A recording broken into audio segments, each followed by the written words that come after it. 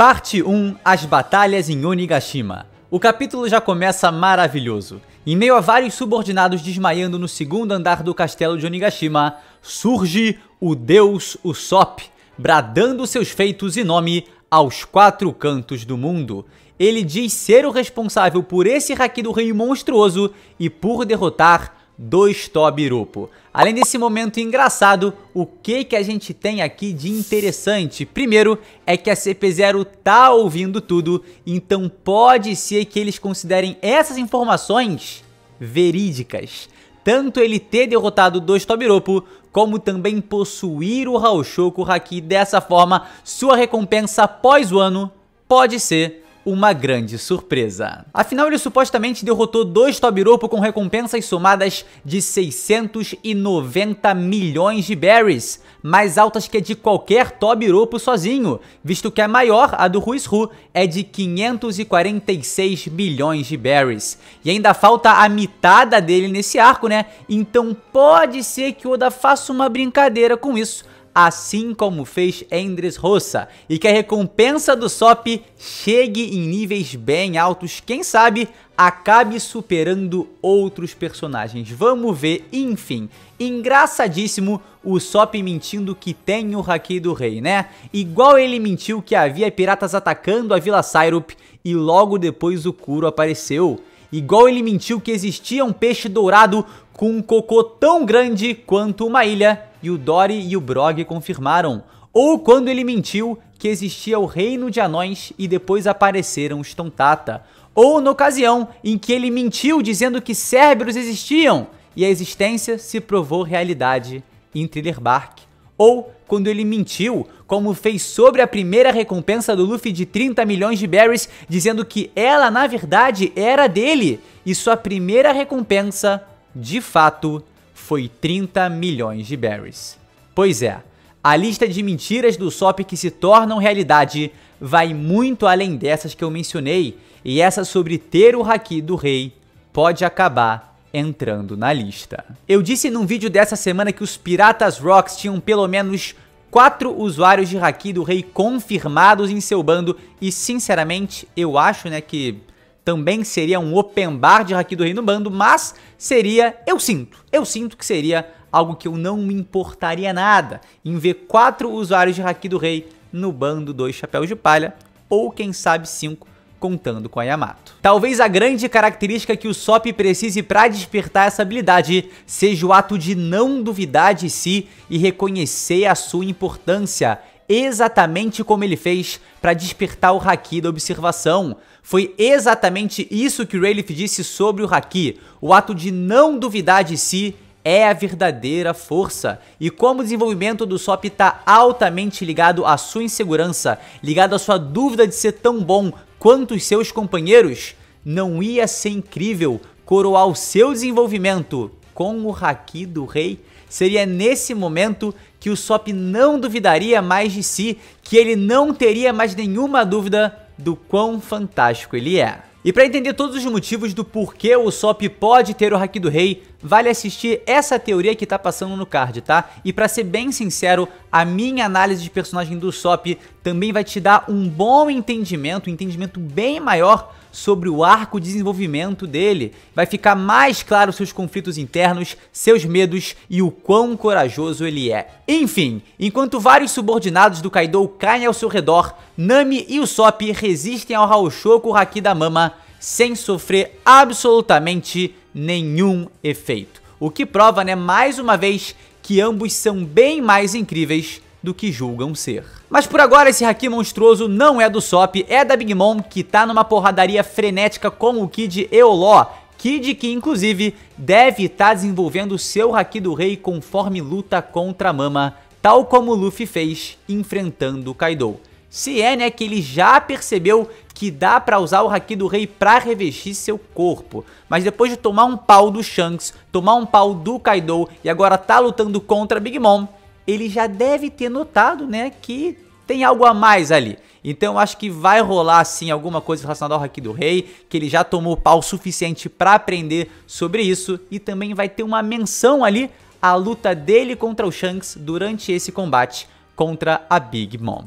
Franky, claramente o verdadeiro capitão dos Piratas do Coração, tá tancando os randoms do exército do Kaido pra eles não chegarem ao palco principal. E o Brook, com uma finíssima piada, tá saindo correndo do terceiro andar, carregando a Robin, que foi a estrela principal da luta contra a Black Maria. Detalhe pro sorrisinho dela, que assim como o Zoro Múmia, sabe que mesmo numa situação tão perigosa como essa, ela pode confiar sua vida em seus companheiros. E a sensação de dever cumprido, né, depois de solar a Black Maria, também contribui para esse rostinho lindo, né, rostinho lindo, que inclusive é o rostinho lindo de uma assassina. Eu fiquei pensando, mano, a Black Maria não vai morrer queimada, acho que a galera dela tá desmaiada e ela também lá no andar que tá pegando fogo? E eu comecei a ficar pensando meio assim, falei, cara, de fato, o problema é todo dela, se envolveu numa guerra ali, tava fazendo malcriação, vai morrer queimada. Alguém provavelmente vai salvar ela, tá? Só pra deixar claro. Tipo, salvaram a Monet, lá de Punk Hazard. Ops. Jinbe tá no quarto andar do castelo derrotando uns inúteis. E o Kawamatsu tá no palco principal, acompanhado dos líderes da Yakuza. Galera que, assim como ele, né, também ficou presa em um dom durante um maior tempão. E essa é a verdadeira facção dos criminosos. Mas nessa página tem uma parada que eu queria chamar a atenção, que é o Hit cuspindo fogo, querendo recuperar a minha moral, que ficou ali um pouco abalada, né, na semana passada. Mas nesse capítulo, o Oda foi muito bondoso, foi muito bacana comigo, colocando pontos bem legais que eu falei durante a semana, principalmente sobre Zoraço e seu possível, provável, praticamente confirmado pai. A única vez que a gente viu o Hit usando fogo foi no capítulo 505 e eu mencionei isso no vídeo que eu lancei na segunda-feira. Mais uma prova de que o Oda realmente assiste o canal para lembrar de algumas coisas. Shineru Niro Gotoroku Itadaki Arigatou gozaimasu Oda Sensei. O que eu disse aqui foi basicamente, mano, o Oda sempre deixa o like e é inscrito no canal. Então se você não é inscrito, se inscreve e se não deixou o like, já tá na hora. Parte 2, Kaido versus Yamato. Vamos então ao conflito principal desse capítulo, né, no domo. Yamato e Kaido continuam sua luta e eu tenho que dizer que a força do Yamato é surpreendente. Esperava que ela fosse tão forte, mas mano, tá fazendo ali um páreo duro pro Kaido. Mas uma coisa me chamou a atenção nessa luta e eu acho que ajuda a justificar o porquê dela ser tão nivelada, né, contra o seu pai, apesar da vantagem evidente do Yonkou. Yamato já enfrentou o Kaido várias vezes, então ela meio que sabe como enfrentar ele. O Luffy às vezes precisa de 3 lutas para enfrentar seu inimigo e superá-lo. E a prova de que Yamato vs Kaido é algo recorrente, né, é o próprio estilo de luta da Yamato, que por mais que diga que não gosta de seu pai e se auto-intitula Kozuki Oden, tem os movimentos bem parecidos ali com o papaizão, né? Faltou um pouco de outras referências e criatividade para criar seus próprios ataques. Thunder Bagua é igual, ela vai lança uma flechinha lá pra gente descobrir que na sequência ela é só uma versão brochada da flechona do Kaido. Enfim, Yamato e suas questões aí complexas e polêmicas. E pra constar, eu gostei bastante dos painéis dessa luta, achei que eles foram mais ousados do que o habitual. E vamos mandar real aqui também, o Kaido é um baita monstro assassino espetacularmente forte, mano. Enfiou a porrada nos bainhas, deu treta máxima com os Supernova, espancou o Luffy e agora tá confrontando insanamente a Yamato. A alcunha de criatura mais forte do mundo vem sendo muito bem justificada. Parte 3, flashback da Yamato ou do Zoro. E aí entra aquela grande questão, né? Esse flashback é a confirmação de que ela vai entrar no bando como diarista de bordo igual o Kozuki Oden era da tripulação do Roger? Em quesito de força, né? Seria uma soma absurda aos chapéus de palha. Porque, mano, é só ter em mente essa luta agora contra o Kaido, que inclusive precisa ser urgentemente denunciado por maus tratos e negligência infantil. O que ele tá fazendo com uma criança de 8 anos é assustador. Praticamente sentenciou ela à morte por fome.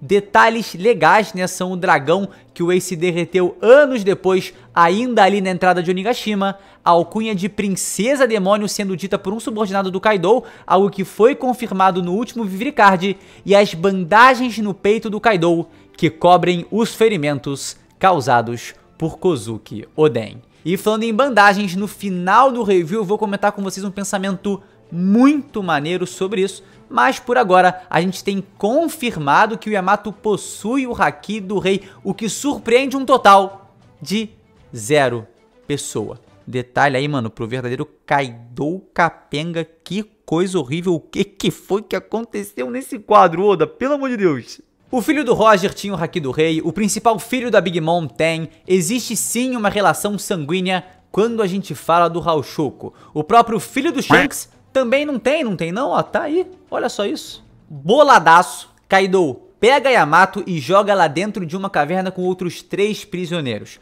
Na entrada dessa caverna, né, tem um kanji ali que significa paraíso e tá realmente fazendo um contraste, visto que Onigashima, que é onde tá essa prisão, significa mais ou menos ali a terra do demônio, né, o covil do demônio. Então nessa ilha, o paraíso é algo ruim.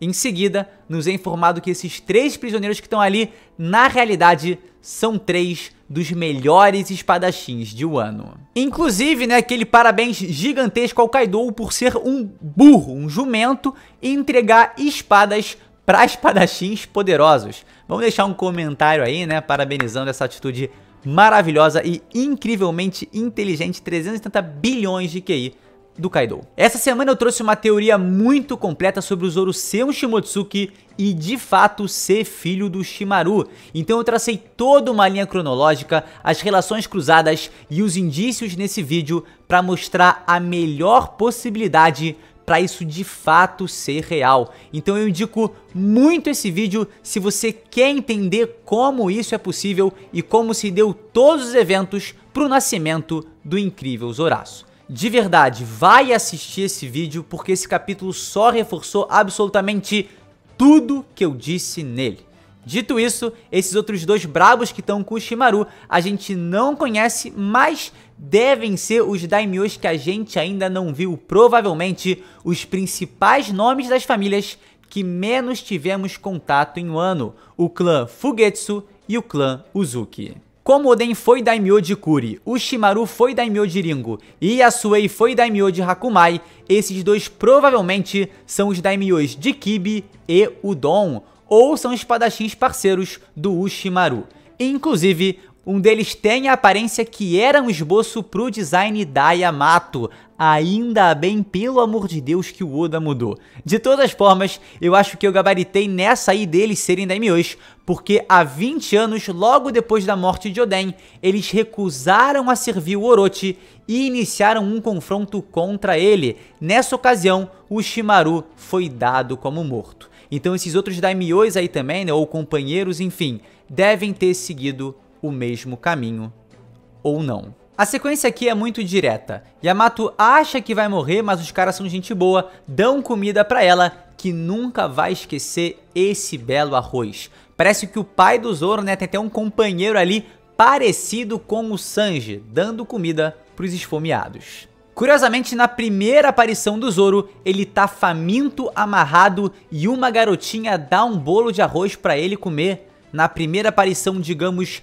verdadeira do Shimaru, né, ele dá arroz a uma garotinha amarrada e faminta. Sendo que isso só ressalta a importância da comida e o reflexo da fome em Wano, porque também foi uma tigela de arroz que fez o Luffy ajudar a Otama para mudar esse país. O Shimaru se levanta e num gesto muito simbólico, corta as correntes que prendiam a Yamato, e a gente sabe do significado gigante que tem as algemas na vida dessa personagem. Então o Shimaru foi uma das primeiras pessoas a libertar Yamato de suas amarras, tanto de maneira física, quando corta as suas algemas, quanto de maneira metafórica, ao ensiná-la a ler, algo que expande os seus horizontes, e também, mesmo estando em uma situação precária, ao tomar a atitude de confrontar o Kaido e seguir os seus princípios. Eu achei sensacional essa sequência da comida sendo entregue para Yamato e o Shimaru cortando suas correntes enquanto ela chora de gratidão. A empatia, o carinho e a generosidade são gestos que mudam uma vida, e que naquela idade, essa atitude incrível dos samurais certamente contribuiu muito para Yamato se tornar quem hoje se tornou, Mano, eu juro. Eu achei essa cena muito simples, mas super bem construída e me emocionou de verdade, tá? Uma cena realmente muito carregada de emoção, significado e simbolismo. Valeu, e com isso Yamato vai entrar no bando. Em relação a essas espadas aí no chão, né? Seria uma delas a incrível Wadou Ishimonji do Zorasu? Provavelmente não, porque quem forjou ela foi Shimotsuki Kozaburo, que foi embora de Wano há 55 anos. Então a espada deve estar na vila Shimotsuki desde então. Então poderia ser uma dessas aí, a Nidai Kitetsu? Se pá, mas nenhum cabo ali realmente parece igual ao dela. E sim, eu também acho que o Ushimaru hakizou essa lâmina com o haki do armamento para cortar a corrente. O que se destaca no meio disso é a resposta de Ushimaru para a pergunta da Yamato. Ele diz que não tem nome e que deve ser chamado de Nanigashi, que ficou traduzido como ninguém importante, mas também pode significar um certo alguém. E o que é que tem de tão genial nisso? Nanigashi é o título desse capítulo, onde um Shimotsuki interage com uma criança abandonada. No SBS do volume 96, o Oda detalha a linhagem do Shimotsuki, e no SBS do volume 92, ele diz que um dos descendentes de alguém daquele navio, o navio que saiu de Wano e foi pro East Blue, é uma pessoa muito familiar a todos. E a palavra que o Oda usa para escrever uma pessoa é exatamente Nanigashi, ou seja, a tradução na real seria tipo assim: um dos descendentes de alguém daquele navio é um certo alguém muito familiar a todos. Nesse capítulo, um certo alguém se refere ao Ushimaru, e no SBS do volume 92, um certo alguém se refere muito provavelmente a Roronoa Azoro. Você aí acha que é só coincidência? Eu acho que não. E a clara relação entre o Zoro e o Ushimaru se reforça quando seu rosto é revelado. Parabéns, Roronoa Azoro, que se perdeu no meio da luta contra o King e foi parar no flashback da Yamato 20 anos atrás. O cara é idêntico ao Zoro e esse mangá veio definitivamente, mano, pra dar uma relaxada, pra levantar minha moral, porque tava difícil. Então, obrigado, Oda Sensei, por acompanhar o canal e brincar com os meus sentimentos. Uma semana eu vou bem, semana normal acontece. Então vamos falar aí, né, dos pontos interessantes pro fechamento desse capítulo. Ao lerem o diário de Oden, os samurais certamente ficaram ainda mais cativados e preparados para tomar a atitude de fugir da prisão, além de ver que o Kaido é um verdadeiro babaca, né, um grandíssimo filho da mãe, e fez o que fez com a Yamato. A motivação dos malucos, mano, foi nas alturas e eles fizeram o seu papel pra Yamato hoje poder desempenhar o papel que ela tá desempenhando. Então, tudo uma relação ligada ali, vontade herdada e tal. O Oden é o cara, o máximo, lindo, maravilhoso. Só nesse painel das costas desse monstro, a gente tem 3 detalhes maneiros. O primeiro, o símbolo de 2 espadas cruzadas nas suas costas é o mesmo que encontramos no kimono de treinamento no dojo da vila Shimotsuki que o Zoro usava quando era pequeno, ou seja, muito provavelmente o próprio símbolo da família Shimotsuki, como o Kinemon e o Denjiro carregam o símbolo da família Kozuki em suas costas, a qual eles são devotos. O Shimaru deve então carregar o símbolo de sua família. Segundo detalhe é que os dois jogam o kimono pelos ombros e deixam presos na cintura ali, né, da mesma forma. Não que isso de fato queira significar muita coisa, mas o último detalhe, e esse é maneiríssimo, é: o cara usa o estilo Nitori de 2 espadas, mas vocês perceberam isso? Esse golpe do Shimaru lembra muito o Zoro, pois é, e curiosamente, se invertermos o ângulo da câmera, né, entre aspas aí, e trouxermos a imagem para outra perspectiva de frente para trás, exatamente, temos a mesma posição do Zoro na última página do capítulo 1022. Você acha que é só coincidência? Eu acho que não. Inclusive, só esse detalhe me fez pensar em algo que pode ser bem interessante. E se nessa batalha de 20 anos atrás contra o Kaido, foi o King o responsável por tirar a vida de Shimotsuki Ushimaru? Se o Queen tem uma clara relação com o pai do Sanji, por que o King não poderia ter uma clara relação com o pai do Zoro. E essa aí você pode anotar que tô sentindo que é uma previsão cravante. Cravante, tô botando fé. E para dar ainda mais embasamento ao meu vídeo dessa semana em relação ao Zoro e ao Orochimaru, eu falei sobre a relação do Zoro e Chopper como um paralelo à relação do Orochimaru e do Onimaru. E o Oda nos presenteou com mais essa maravilhosa informação. No último SBS, confirmaram que o Onimaru possui uma fruta, e é exatamente a Hito no Mi, a mesma fruta do Chopper, só que modelo Oniudo, que é um yokai. Ou seja, mano, depois desse capítulo, tá mais do que certo que Orochimaru é o pai de Zoro, tá? E eu tô felicíssimo pelo Oda ter me trollado semana passada, mas nessa aí ter sido mais carinhoso, né? E colocado bastante coisa do que eu falei durante essa semana. Então fui bem assertivo, diferente da semana passada que foi bem complicada. Enfim, é aquele velho ditado. Um dia você é o Jabra, no outro você é o Sanji. E aí, pô, que coisa maravilhosa, né, cara? Lindo demais, tipo, simbólico demais ver que o Zoro enfiou a porrada no companheiro do seu pai. Não, não é lindo demais não, é só bizarro mesmo, igual ele ter dormido com a prima ali, agarradinho. Enfim, pra fechar o vídeo, vamos falar da relação com as bandagens. O Oda costuma fazer um joguinho bem simples com esse elemento. O trio Sabo, Luffy e Ace usavam os mesmos curativos que Oden, Roger e Barba Branca quando dividiram Sake, e a Mato pequenininha passou esse capítulo inteiro com um curativo cruzado no nariz, exatamente como Oden. E o Orochimaru ficou o capítulo inteiro com uma bandagem na cabeça cobrindo parte do olho esquerdo, igual a que seu ancestral caolho Ryuma usava, e que Zoro, seu descendente também caolho, provavelmente usou enquanto se recuperava do ferimento em seu olho esquerdo. E na moral, o Oda é um monstro. Você aí acha que é só coincidência?